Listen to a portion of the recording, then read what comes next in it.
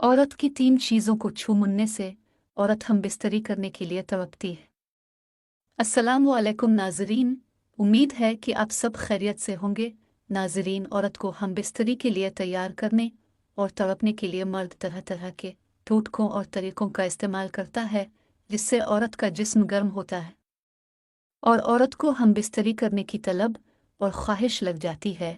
लेकिन आज की इस वीडियो में हम आपके साथ औरत के जिस्म की 3 ऐसी चीज़ें शेयर करेंगे जिसको चूमने और छूने से औरत हम बिस्तरी के लिए तड़पती और मचलती है।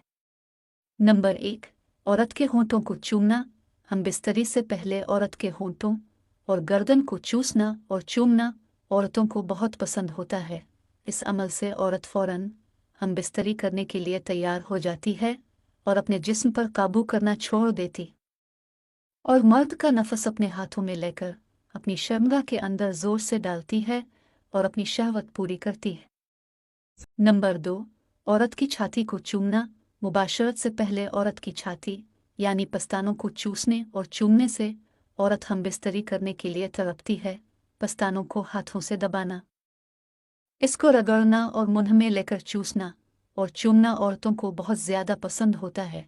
इससे औरत की जिनसी ख्वाहिशात उभरती है और चंद ही सेकंड में औरत गर्म होकर मर्द का नफस अपने अंदर डाल लेती है। नंबर 3, औरत की शर्मगाह को चूमना। औरत की शर्मगाह उसके पूरे जिस्म की सबसे हसास तरीन हिस्सा होती है।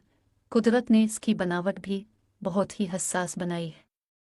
इसको चूमने और चूसने से औरत का दिल हम बिस्तरी करने के लिए मचलता रहता है।